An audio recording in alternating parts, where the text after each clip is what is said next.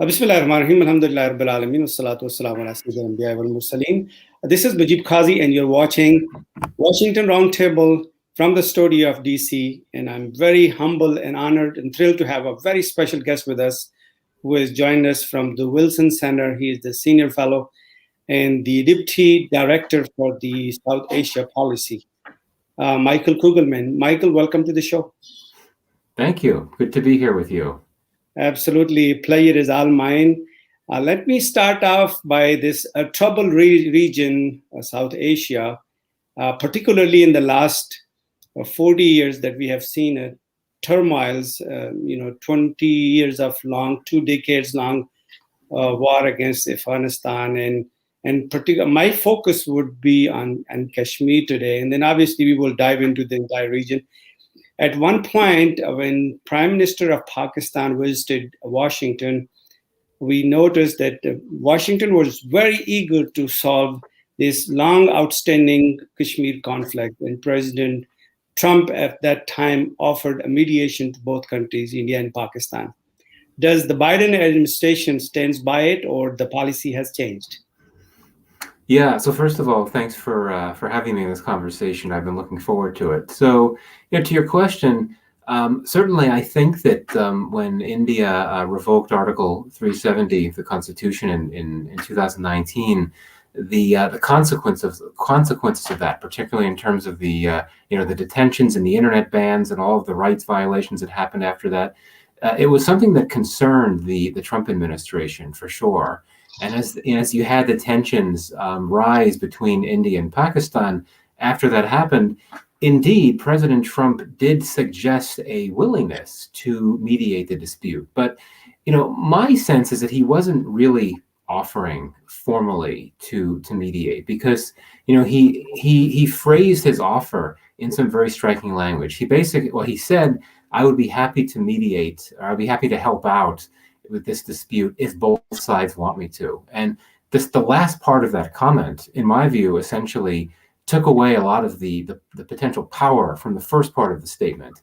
When he said that if both sides agree, basically that was giving India an out. I mean, he was basically saying that if Pakistan and India are keen for US mediation, that he would be all for it. But we all know that India has always been opposed to external mediation in the Kashmir dispute. So I think that for President Trump, he was able to say something that would essentially appease both sides. He sort of made an offer, which was, I think, for Pakistan, many were receptive to that. But at the same time, he caveated it by saying if both sides agree, which basically was a message to India that, this wasn't a real serious offer. So I think that looking to the Biden administration, the policy really hasn't changed. I think that the U.S. policy in Kashmir has really been quite consistent for quite some time, and that is that it is really an issue. It's a bilateral issue to be addressed by India and by Pakistan, and of course, this is really reflecting the Indian position on the dispute.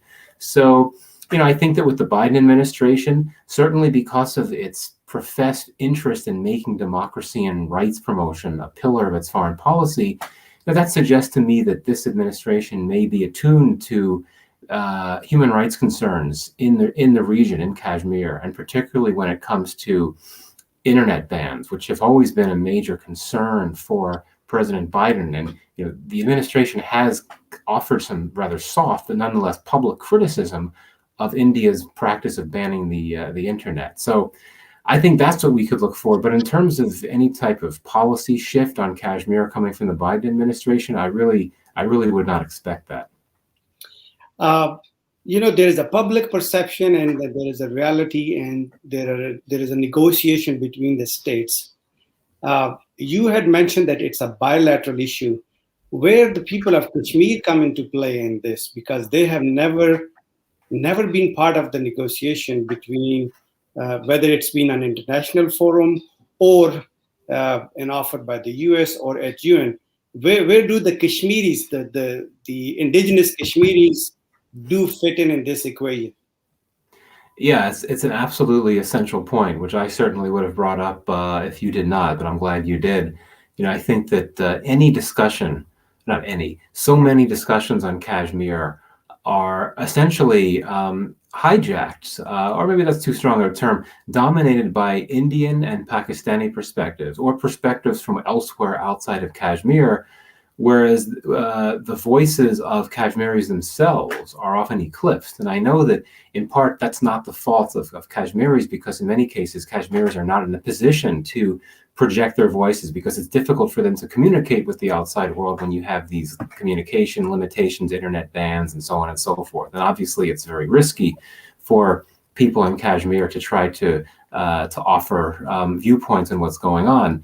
As you know, there's really very little independent media in Kashmir at this point. There are a few really impressive outlets, most of them web outlets in Kashmir, but there aren't all that many of them.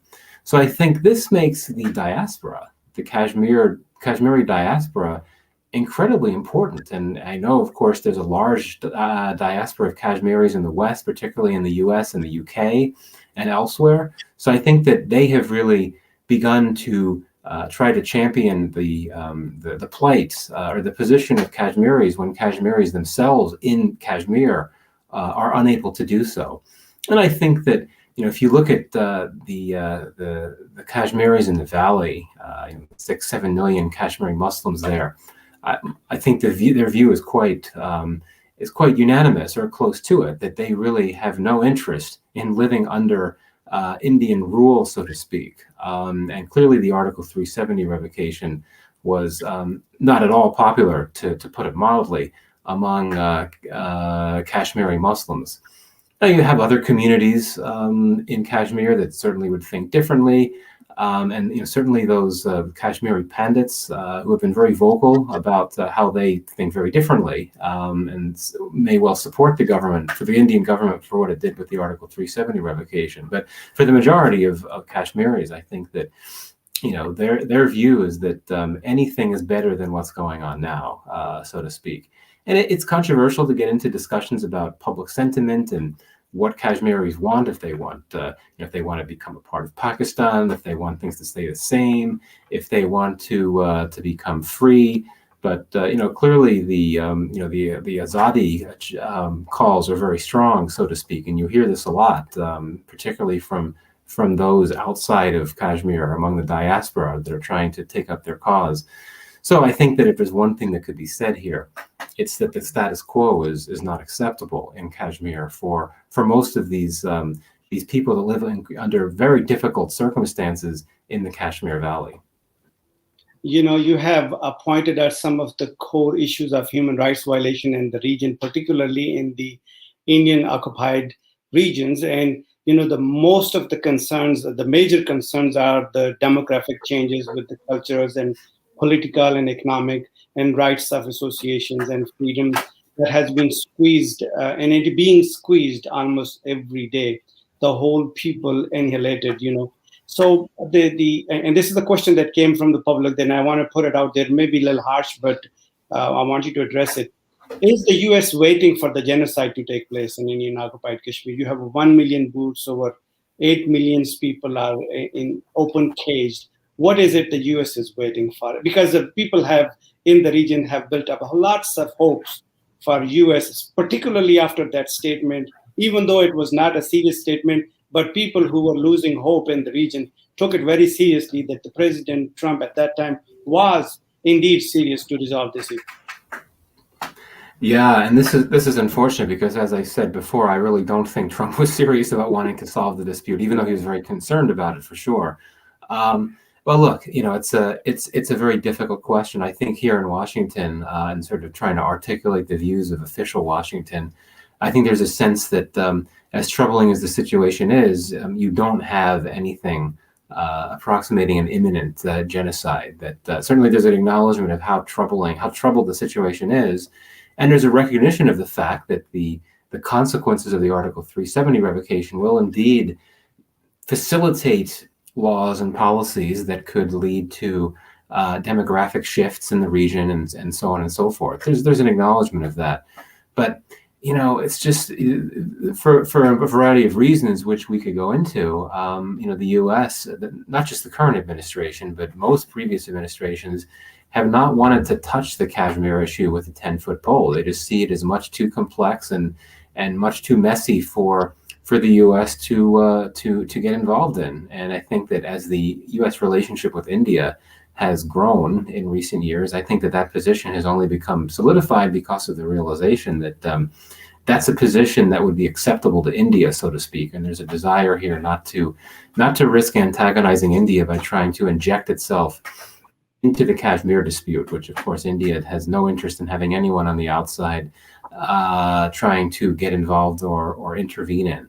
So, as I had said, I think that the human rights situation in Kashmir is something that Americans within government, and certainly on Capitol Hill, particularly on the Democratic side, this is something that they have brought attention to and they'll continue to bring attention to. And here, I would argue that members of Congress are impelled by their constituencies, so their constituents, their voters. And so I think that here is a place where the Kashmiri diaspora can be very important by trying to advocate to their members of Congress, to their elected officials, that you really need to bring more attention to this, try to focus on it more, try to get the administration to focus on it more, because if not, X, Y, and Z could happen, and this would not be good for U.S. interests. So I think that that's I imagine the best way that I could answer your question. But bottom line is, I think the view here in Washington is that it would be an exaggeration to suggest that there's an imminent genocide coming, and that the human rights situation and the broader state of play in Kashmir is very troubling. But the administration is the current administration and previous ones much prefer to keep a relatively low profile and just try to encourage India and Pakistan to work things out themselves, and by implication, this is never directly stated, for India to try to work with stakeholders in Kashmir to have some type of dialogue to work something out. One could argue that the U.S., by taking this hands-off role on Kashmir, sort of incurs risks, because certainly what we have seen over time is that when India and Pakistan have gone to war over Kashmir, or when they're at risk of going to war over Kashmir, that's when the U.S. jumps in to try to get the two sides to walk back from the precipice and ease tensions. But one could argue perhaps that if the U.S. were to preemptively try to focus more on the Kashmir issue, try to get the two, India and Pakistan, to work on it more, then that would reduce the chances of Kashmir becoming the motivation for another war between the two countries. And I'm not saying there's going to be another war between the two countries anytime soon, but I think that that's a position that the U.S. has decided to take, to be reactive as opposed to proactive when it comes to the Kashmir dispute and the tensions that it produces between India and Pakistan. But this is the position that the administration has taken. You have mentioned a very important point about the escalation of war.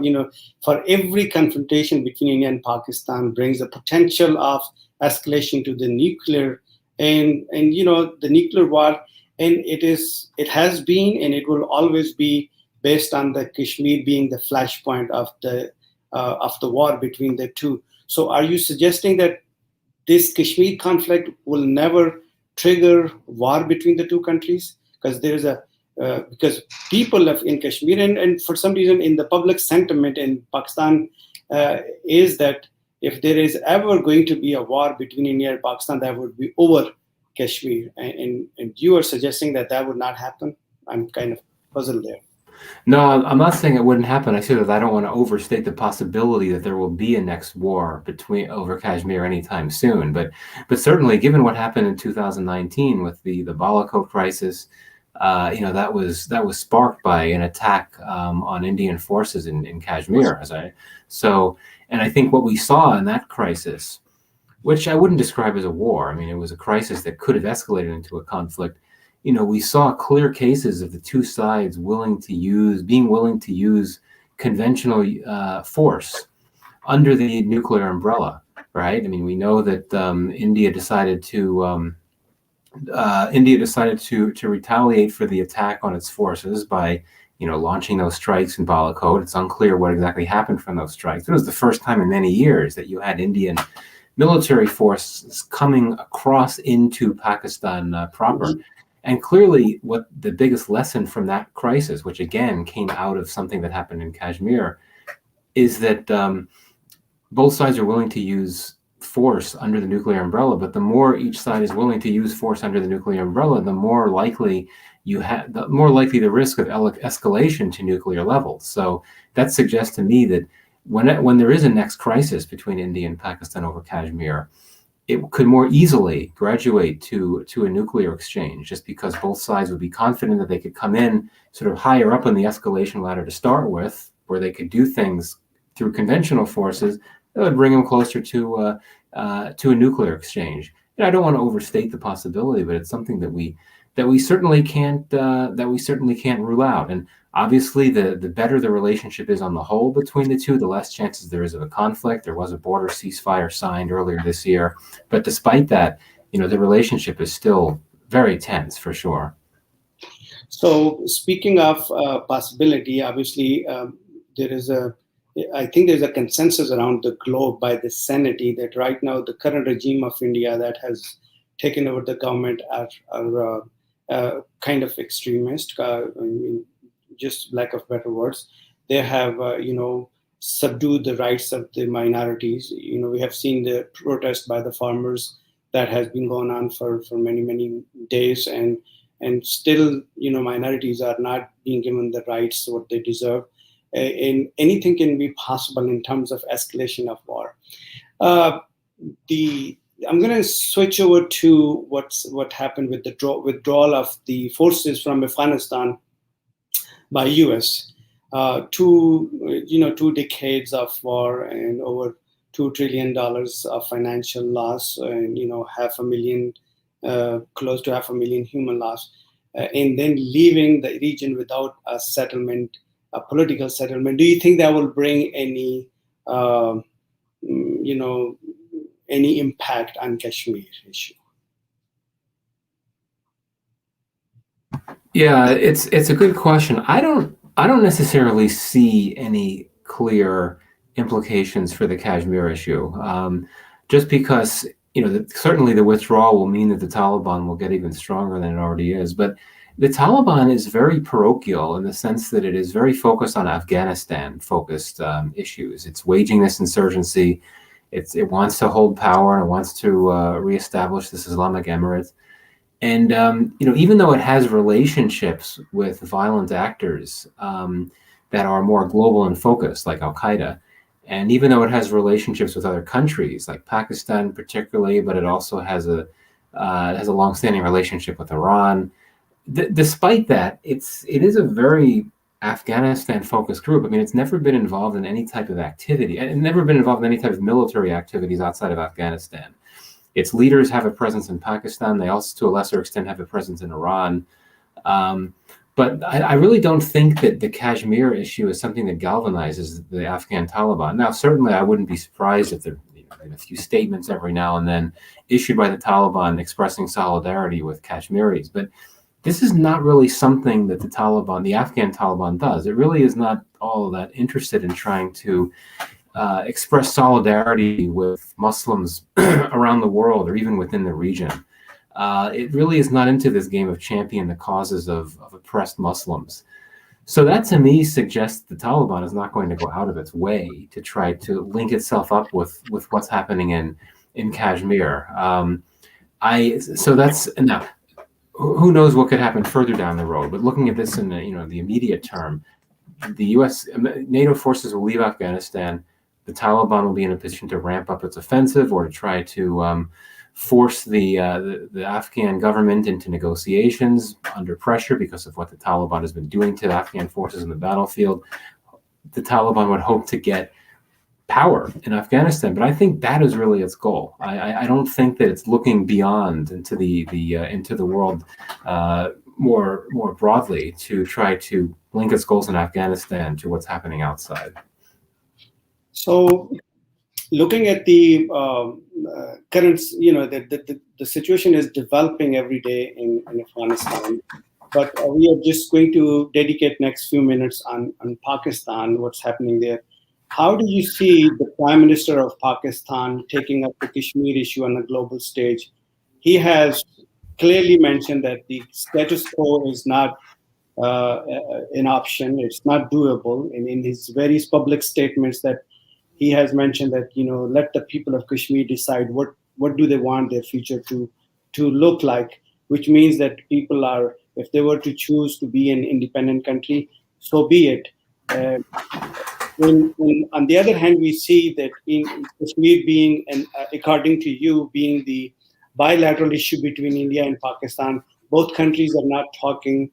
Obviously, we're not talking about the backdoor channel diplomacy that is going on, but on the issue, particularly in Kashmir, they're not talking, but public statements are coming. How do you see that seriousness of the Kashmir conflict being resolved between the two countries?